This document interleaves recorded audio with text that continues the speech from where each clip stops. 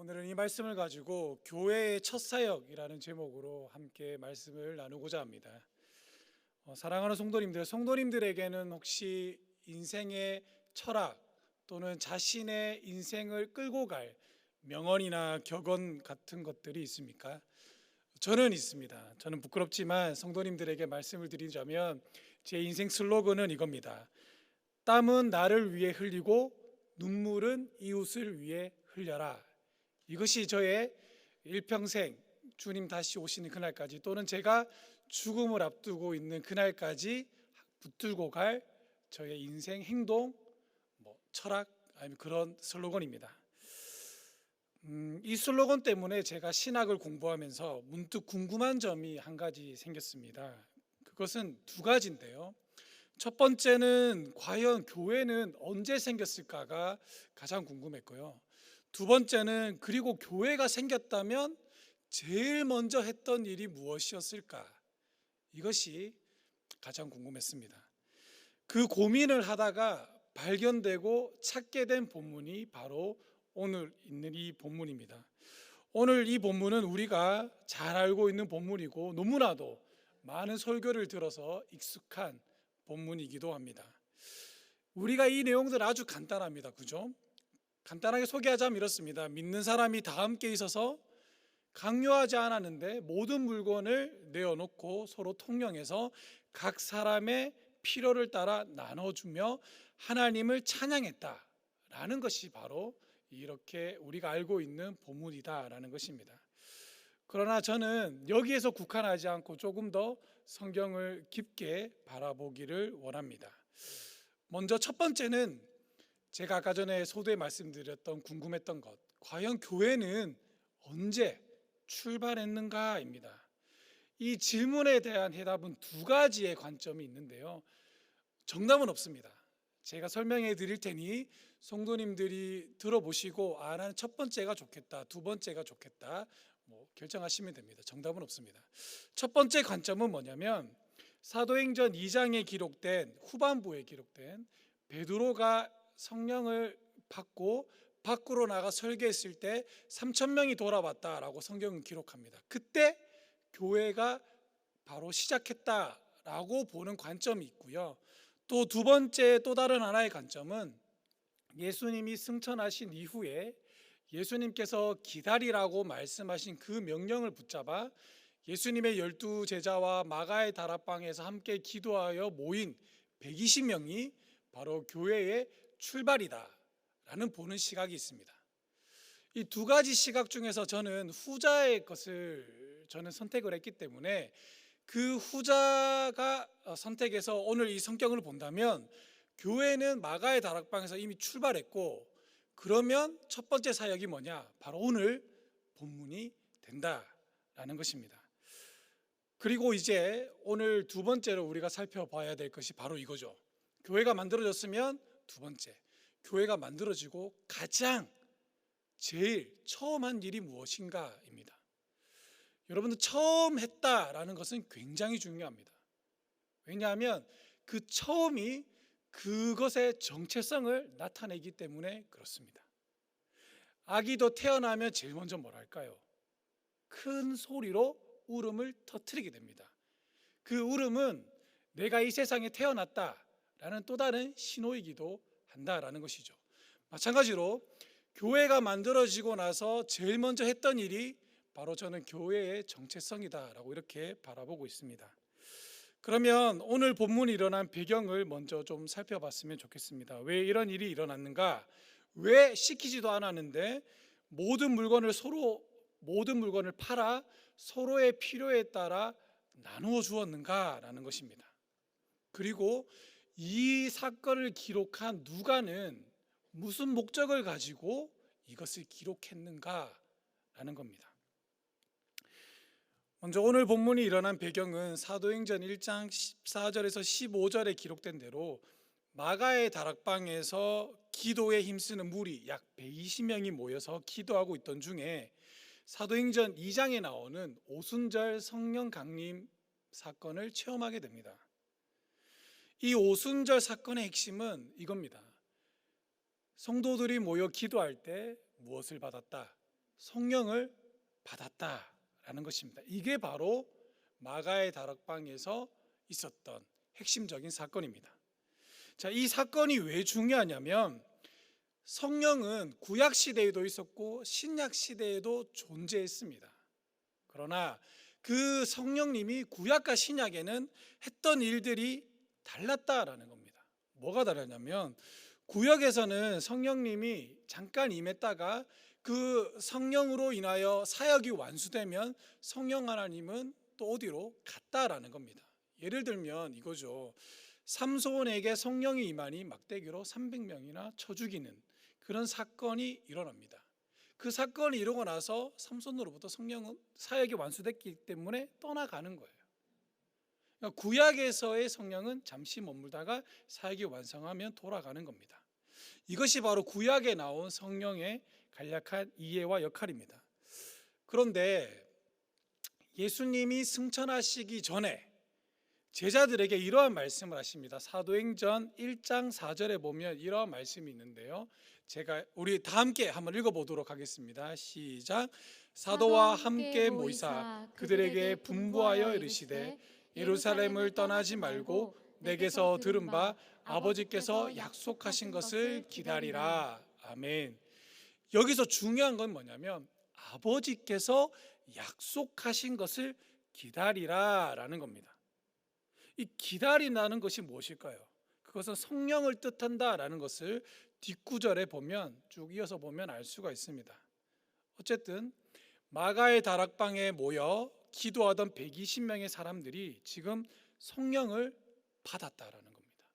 예수님께로부터 약속하신 그 성령을 받았고 체험했다라는 겁니다. 그리고 나서 베드로가 사도행전 2장 14절에 보시면 베드로가 설교하는 모습을 바라보게 됩니다. 그 베드로의 설교 중에 우리가 기억하는 건 3,000명이 돌아왔다 이것만 기억하잖아요. 근데 거기보다 더 중요한 게 뭐냐면 베드로가 성령을 체험하고 설교할 때에 그가 했던 말들 중에 핵심적인 말이 있습니다. 그 말이 뭐냐면 사도행전 2장 17절에서 21절의 말씀인데요. 그 말씀은 우리가 잘 알고 있기 때문에 조금 뒤에 찾아보기로 하고요. 먼저 요엘서 2장 28절 이거를 한번 조금 읽어봐야 됩니다. 우리 한번 같이 한번 읽어보도록 하겠습니다. 요엘서 2장 28절입니다. 읽습니다. 시작. 그 후에 내가 내 영을 만민에게 부어주리니 너희 자녀들이 장래 일을 말할 것이며 너희 늙은이는 꿈을 꾸며 너희 젊은이는 이상을 볼 것이며. 아멘. 우리가 잘 알고 있는 찬양이에요. 이 찬양이 베드로가 성령을 임하고 했던 그 사도행전 2장 17절에서 21절 말씀 가운데 이 부분이 있어요. 그러니까 베드로가 이 말이 뭐냐면 제가 드리고 싶은 말씀이 뭐냐면 베드로가 성령을 받은 다음에 설교를 합니다. 설교를 하는데 그냥 하는 것이 아니라 이 요엘서 2장 28절 말씀을 인용해서 하는 거예요. 그래서 성도님들이 지금은 시간이 없지만 제가 간단하게 설명을 드리지만 나중에 집에 가서 구약에 있는 요엘서를 펴냈고 사도행전에 있는 베드로의 설교를 딱 비교해 보시면 한 가지가 다릅니다. 다 똑같은데 뭐가 다르냐면 요엘서는 이렇게 기록합니다. 그 후에 내가 내 영을 만민에게 부어주리니 라는 이 말씀을 베드로는 뭐라고 바꾸냐면 내가 말세에 내 영을 만민에게 부어주리니 라고 이렇게 이야기합니다. 목사님 이게 무슨 차이가 있습니까? 라고 말할 수도 있겠지만 굉장히 중요하다는 겁니다. 베드로는 요엘서에 기록된 구약의 요엘 선지자가 기록된 그 말씀이 말세에 이루어질 것을 바라봤는데요. 그 말세가 언제냐면 자신이 성령을 받은 그때가 바로 말세다라는 것을 체험했다라는 겁니다. 그래서 베드로뿐만 아니라 예수님의 12제자와 마가의 다락방에서 모였던 120명의 성도님들이 기도하고 성령을 받았다는 것이 바로 말세의 문을 여는 첫 경험이었다는 겁니다. 그래서 베드로가 이 말씀을 바꿔버리는 거예요. 이 성령 강림 사건은 말세에 여는 첫 사건이기 때문에 굉장히 중요하다라는 겁니다. 그러면서 베드로는 쭉 설교를 합니다. 이때 회심한 자의 숫자가 얼마라고 말하냐면 사도행전 2장 41절에 보면 세례를 받음에 이날의 신도의 수가 3천이나 더하더라 라고 이렇게 기록합니다. 성령을 받아 베드로가 구약의 선지서에 기록된 그 요엘 선지서가 읽고 이게 말세에 이루어진 일인데 내가 체험을 했네? 그리고 나서 그 말씀을 적용하여 많은 사람들에게 이야기했을 때 그 말씀을 들은 유대인들이 3천 명이나 돌아왔다라는 겁니다. 자, 그러면 우리는 여기서 첫 번째 문제를 해결했습니다. 오늘 본문에 일어난 사건에 대해서 이제 살펴보았으니 이제는 베드로의 설교를 듣고 회심해서 돌아온 자가 누구냐? 이 문제가 남아 있습니다. 사도행전 2장 5절에 보시면 이런 말씀이 있습니다. 그때 경건한 유대인들이 천하 각국으로부터 와서라는 말씀이 있습니다. 그러면 베드로의 말씀을 듣고 돌아왔던 청중인들이 누구냐면 경건한 유대인들이라는 겁니다. 이 경건한 유대인들이라는 말은 각국에 흩어져 있다라는 말로 비추어 봤을 때 디아스포라라고 불리워진 고향을 떠나 지방으로 다른 나라로 흩어져 있음에도 불구하고 유대교를 잘 지키고 있는 신앙이 좋은 경건한 유대인들이라는 겁니다. 경건하다 보니까 유월절을 지키러 어떻게 했다는 겁니까? 자신들의 나라로 돌아왔다라는 겁니다. 돌아와서 유월절을 보내려고 하는데 베드로의 설교를 듣고 그들이 회심하고 교회에 남았다라는 겁니다. 이것이 굉장히 중요합니다. 그래서 누가는 이런 이야기를 하면서 본문에 뭐라고 이야기하냐면 43절을 보시면 그들이 그냥 설교 듣고 돌아온 것이 아니라 이런 말씀을 합니다. 사람마다 두려워하는데 사도들로 말미암아 기사와 표적이 많이 나타나니라는 말을 합니다. 그러니까 그냥 우리가 설교에서 흔히 돌아왔다라는 것이 아니라 베드로가 설교를 하는데 기적과 표적과 이적이 많이 나타났다라는 겁니다. 이것 때문에 사람들이 두려워했다라는 겁니다. 성도님도 한번 생각을 해보십시오. 성도님들도 지금 설교를 듣고 있는데 말씀 들으면서 두려운 적이 있으십니까? 뭔가 찔림이 있고 뭔가 가슴에 와닿던 적이 있습니까? 잘 없을 거예요. 근데 경건한 유대인들이라고 불렸던 그 사람들이 왜 찔림을 받고 왜 돌아왔을까요? 목사님 당연히 성령 충만하니까 설교하랬으니 돌아왔겠죠. 이렇게 보면 안 됩니다. 조금 더 깊게 봐야 되는데요. 그게 뭐냐면 그냥 돌아왔다는 게 아니에요. 여기 보면 사람들마다 두려워하는데 사도들로 말미암아 기사와 표적이 많이 나타났다라고 얘기합니다.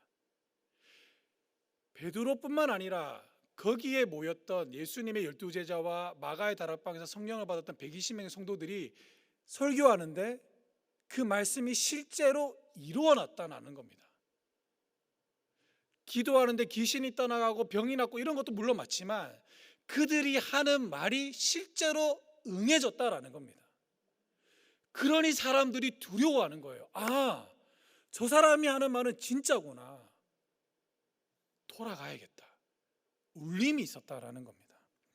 기사와 표적이라는 말을 사용했다라는 것을 보아서 아마 초대 그리스도인들이 던지는 메시지가 진짜로 진정성이 있었고 듣는 이로 하여금 울림이 있었다라는 겁니다.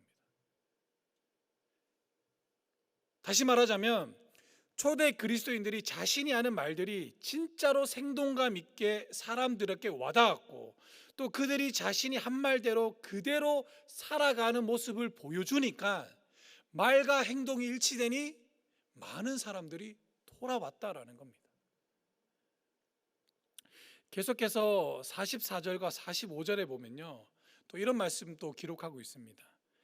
믿는 사람이 다 함께 있어 모든 물건을 서로 통용하고 또 재산과 소유를 팔아 각 사람의 필요를 따라 나눠주며 라는 말씀이 있습니다. 여기서 각 사람의 필요를 따라 나누어졌다라고 이야기하는 것이 바로 누구냐면 베드로의 설교를 듣고 돌아온 경건한 유대인들이라는 겁니다. 그러면 또 질문이 또 생기게 되죠. 아니 이들이 그냥 돌아왔으면 그냥 교회에 있으면 되는데 왜 초기 그리스도인들, 예수님의 12제자와 성령을 받았던 120명의 사람들은 왜 교회로 들어온 그 3,000명의 사람들을 왜 먹여주고 재워주고 왜 했을까? 궁금하지 않습니까? 저는 이 본문을 보면서 굉장히 궁금했습니다. 그러다가 문득 깨달은 게 있었어요. 여러분들 코로나 때문에 휴가를 잘 못 가셨잖아요. 근데 이제 코로나가 끝나고 코로나가 없었던 적을 한번 생각해 보십시오. 우리나라는 여름 휴가라는 그 기간이 있습니다. 누구나 설레야 합니다. 여름 휴가 시즌이 다가오면 어떻게 합니까? 내가 어느 나라로 가고 내가 어느 여행지로 가고 계획을 세우고 거기에 따라 경비도 예산서를 작성하게 됩니다. 마찬가지예요. 이 시대에 있었던 경건한 유대인들도 이제 유월절을 이제 다가오니 그들이 유월절을 지키려고 이제 고향으로 돌아가려고 생각해 보니까 필요한 경비들을 생각했을 겁니다. 그런 경비들을 가지고 왔을 거예요. 그런데 여기서 예상치 못한 변수가 생깁니다. 베드로의 설교를 듣고 내가 이제 교회로 남아야겠구나, 돌아가야겠구나라는 것을 깨달았다는 겁니다. 그래서 교회에 남게 된 거예요. 그러니 어떻게 했겠습니까? 예산이 다 떨어진 거예요. 먹을 것이 없습니다. 잘 곳도 부족합니다. 이들을 누가 받아들였냐면 바로 예수님의 12제자와 마가의 다락방에 모였던 120명의 성도님들이 누가 시키지도 않았는데 자신의 재산과 소유를 팔아서 그 사람들의 필요를 채워줬던 거예요. 사도행전 4장 34절에 보시면 이런 말씀이 나옵니다. 그 중에 가난한 사람이 없으니라는 말이 나와요. 교회 가운데 가난한 사람이 없었다라는 겁니다. 저는 이 본문을 보고 굉장히 신기했습니다. 아니 어떻게 교회 안에 가난한 자가 없을 수가 있을까? 조금이라도 빈부의 격차가 있을 수도 있었겠지만 성경은 단호하게 얘기합니다. 가난한 자가 없었다라는 겁니다. 예수님의 12제자와 그 120명의 성도님들은 교회의 이름으로 자신의 재산과 소유를 다 팔았어요. 그래서 3,000명을 먹이고 재워주는데 그들의 재산을 다 소유했다는 겁니다. 함께 공유했다라는 겁니다. 그래서 그들 이 교회 안에 가난한 자가 없었다라는 겁니다. 못 먹고 못 자고 굶는 사람이 없었다라는 거예요. 정말 신기하지 않습니까? 이 본문이 여기서만 끝나는 것이 아니라 뒤로 돌아가면 사도행전 4장 32절에서 37절에 보시면 똑같은 내용이 또 반복되어져서 나온다는 것을 볼 수 있습니다. 한 번이 아니라는 겁니다. 두 번이라는 겁니다. 연속적으로 계속했다라는 거예요. 사랑하는 성도 여러분, 어떻게 이런 일들이 가능했을까요? 현재 저와 성도님들은 물질 만능주의, 물질 우선주의 시대를 살아가고 있습니다. 이런 말이 있죠. 뭐니 해도 머니가 최고다. 돈이 최고라는 거예요. 권력도 필요 없습니다. 돈이 있으면 권력이 따라온다라는 거예요. 명예도 필요 없습니다. 돈이 있으면 명예도 따라온다라는 거예요. 뉴스 보면 어떻습니까? 돈 때문에 부모가 자식을 버리고 자식이 부모를 버리는, 우리는 그런 물질 만능주의 시대를 살아가고 있습니다. 사랑하는 성도 여러분, 오늘 저의 설교의 첫 제목이 교회의 첫 사역이라는 겁니다. 이 말씀을 함께 고민하고 함께 나누고 싶어서 이렇게 배경과 사건에 대해서 이야기해 봤는데요. 처음 교회를 형성한 예수님의 12제자와 마가 다락방에서 기도하여 오순절에 성령을 받은 120명의 사람들은 초대교회의 공동체를 이루었습니다. 저와 성도님들도 아무도 시키지 않았는데 여러분들의 재산과 소유를 팔아서 각 사람의 필요를 따라 나눠줄 수가 있겠습니까? 어렵잖아요. 뭐니 해도 머니가 최고다. 이 말은 물질 우선주의, 물질 만능주의를 살아가고 있는 우리에게 오늘 본문은 심각한 도전을 주고 있다라는 겁니다. 성경은 말하고 있습니다. 물질이 다가 아니다. 다시 말해서 인생에 있어서 물질이 전부가 아니다라는 것입니다. 그렇다면 왜 사람들은 물질에 그렇게 목을 메고 있는 것일까요? 심지어 예수를 믿는다고 말하는 사람조차도 왜 물질에 그렇게 연연하고 있는 것일까요?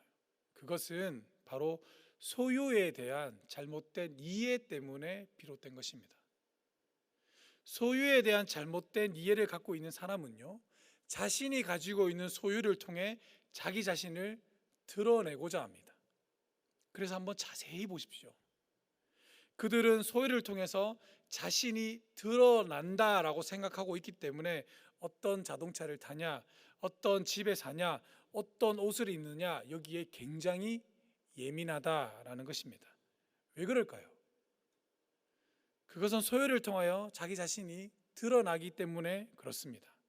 그러니까 잠재적으로는 이웃을 사랑하는 것이 아니라 이웃이 나의 잠재적인 경쟁자가 된다라는 겁니다. 내가 많이 갖기 위해서는 상대방 것을 뺏어야 되는 거예요. 우리가 이런 시대에 살아가고 있는 겁니다. 그렇기 때문에 하나님을 사랑하고 이웃을 내 몸과 같이 사랑하라는 그 말씀이 우리 가운데 이루어지지 않는 겁니다. 왜? 물질이 나를 지배하고 있기 때문에 그래요. 근데 세상은 그렇게 가르쳐줘요. 형제가 없어도 돼, 친구 없어도 돼, 부모 없어도 돼, 돈만 있으면 돼. 제가 우연히 인스타를 보다가 이런 질문하는 걸 봤습니다. 로또 1억과 로또 1억 7번 당첨과 부모님이 아프지 않고 평생 사는 것, 어느 것을 선택하겠습니까? 라고 했을 때 사람들이 뭘 선택했는지 아세요? 로또 7번 당첨이 압도적으로 많았습니다. 대단한 거예요. 이런 시대에 우리가 살아가고 있는 거예요.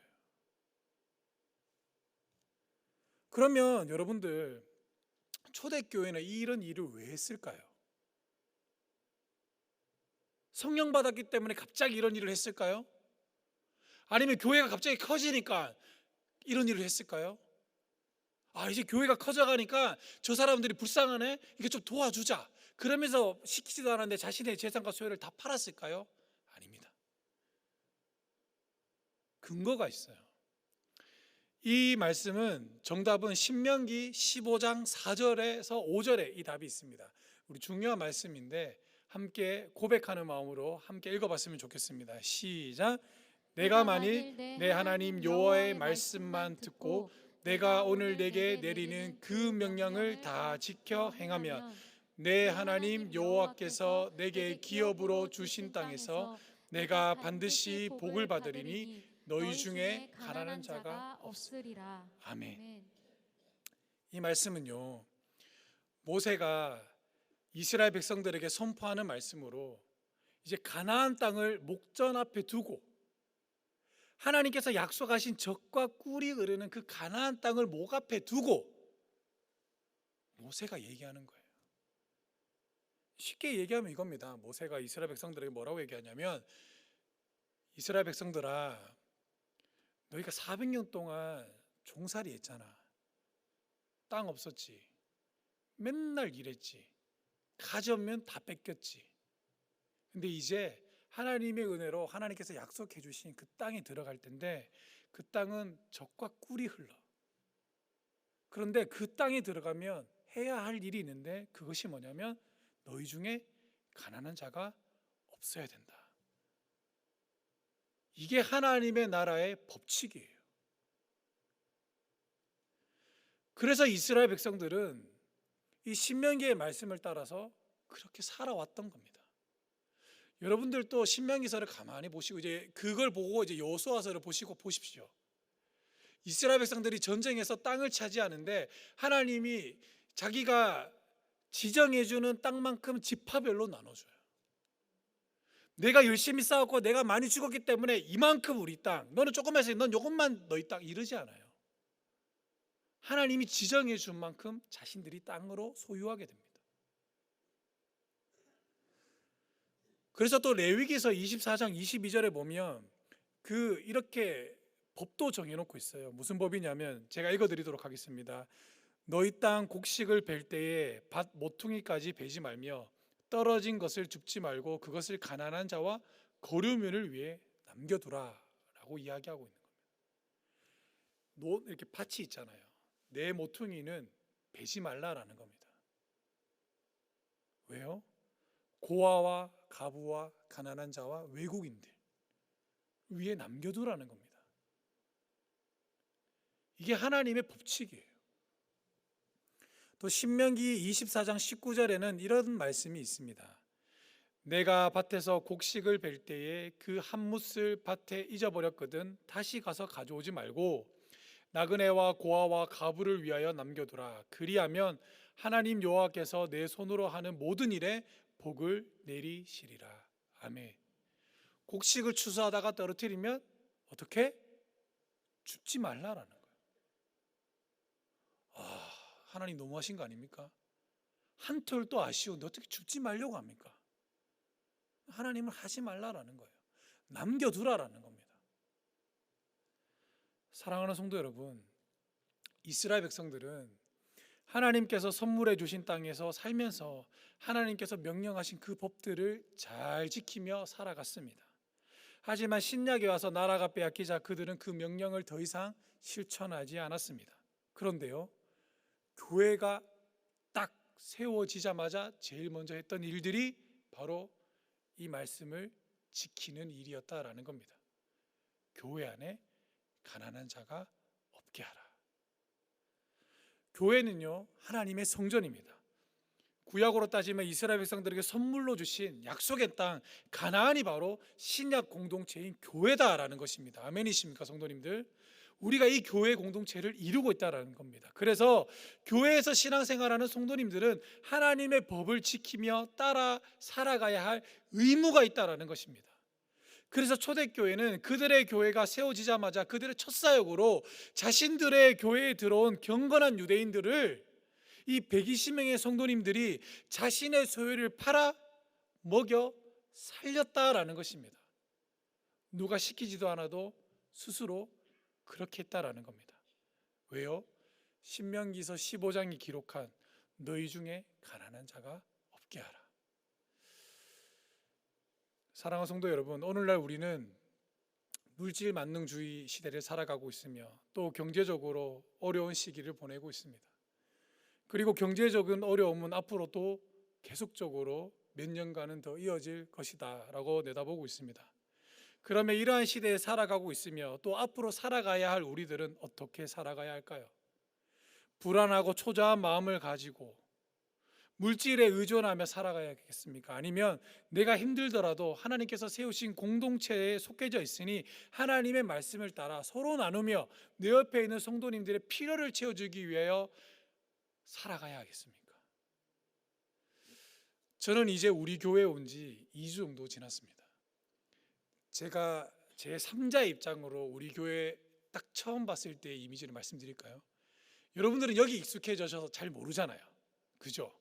그래서 제가 5교구를 담당하고 있는데 5교구 이렇게 성도님들 구역원들하고 얘기하면 우리 교회가 얼마나 대단한 교회인지 잘 몰라요. 이 교회 크기도 그렇고 이 사이즈도 그렇고 하고 있는 일들에 대해서 얼마나 대단한지를 잘 모르더라고요. 제가 얘기해 드릴게요. 대단한 거예요. 뭐가 대단하냐면 여러분들 이웃에게 이 건물을 쉽게 개방한다는 것 어려운 거예요. 풋살장 개방하고 농구장 개방하고 PC방 개방하고 누구나 와서 앉아서 먹을 수 있는 장소를 제공하는 것 쉬운 거 아니에요. 물론 담임 목사님께서 결정하셨겠지만 그것을 지지해 준 장로님들도 대단하다라는 겁니다. 왜냐하면 쉬운 게 아니에요. 관리가 굉장히 어렵거든요. 한번 둘러보세요. 여러분들도 어디에 놀러 가보면 아시잖아요. 쓰레기 아무 때나 버리고 내 물건이 아니니까 험하게 쓰는 거 당연한 거잖아요. 그러면 이 교회, 주님의 성전이라고 말하는 이 교회, 여러분들이 피땀 흘려서 차곡차곡 벽돌 하나 세우는 이 애착이 있는 이 교회, 아무런 상관없는 세상 사람들에게 이 문을 오픈한다고 했을 때 여러분들의 마음은 어떻게 했겠습니까? 그리고 오픈해서 사람들이 와서 그냥 쓰는 건 좋은데 자기 물건처럼 아끼지 않고 막 쓴다고 생각해 보십시오. 얼마나 안타깝겠습니까? 큰 결정을 했다라는 거예요. 대단한 거예요. 엄청난 거예요. 여러분들은 자부심을 가져도 됩니다. 아멘. 좀 큰 소리를 한번 해보세요. 아멘. 여러분들은 자부심을 가져도 돼요. 제가 전도사 포함해서 한 5년, 16년 짧게 사역을 했어요. 이런 교회 저 처음 봤어요. 저는 여기 불러주신 이 용인제일교회 너무 감사하고요. 성도님들을 볼 수 있어서 너무 감사합니다. 사랑하는 성도 여러분들, 한번 기억해 보십시오. 오늘 말씀을 통해서 앞으로 경제적으로 힘들고 어려울 텐데 어떻게 살아가야 되나. 근데 여러분들 지금까지 살아온 인생길을 한번 되돌아보시길 바랍니다. 1996년 대한민국이 망했다라고 얘기했습니다. IMF. 어땠어요? 여러분들 버텨내셨잖아요. 이겨내셨잖아요. 그래서 이 자리까지 앉아 있는 거 아닙니까? 또 2008년 세계적인 금융위기가 와서 전 세계적으로 다 어렵다고 했어요. 어땠어요? 버텨내셨잖아요. 그리고 코로나 때 성전을 세우시고 이겨냈잖아요. 속지 마세요. 세상 사람들은 안 된다, 어렵다, 불가능하다 라는데 현혹되지 마세요. 여러분들은 과거에서도 경험을 통해 충분히 이기셨고 승리하셨고 지금까지도 걸어오셨습니다. 여러분들은 승리자고 앞으로도 계속해서 이길 것입니다. 아멘. 여러분들 이 말씀을 한번 보시기 바랍니다. 신명기서 15장 6절입니다. 이 말씀 함께 읽었으면 좋겠습니다. 함께 읽겠습니다. 시작. 내 하나님 여호와께서 내게 허락하신 대로 내게 복을 주시리니 내가 여러 나라에 꾸어 줄지라도 너는 꾸지 아니하겠고 내가 여러 나라를 통치할지라도 너는 통치를 당하지 아니하리라. 아멘. 나눠주는 자가 되기를 주님의 이름으로 간절히 축복하고 소망합니다. 마지막으로 한 절만 더 봤으면 좋겠습니다. 신명기 15장 10절입니다. 이 말씀 한번 선포하는 식으로 읽어보도록 하겠습니다. 시작. 너는 반드시 그에게 줄 것이요 줄 때에는 아끼는 마음을 품지 말 것이니라. 이로 말미암아 내 하나님 여호와께서 내가 하는 모든 일과 내 손이 닿는 모든 일에 내게 복을 주시리라. 아멘. 나눠주는 우리 용인제일 성도님들이 되시기를 주님의 이름으로 간절히 축복하고 소망합니다.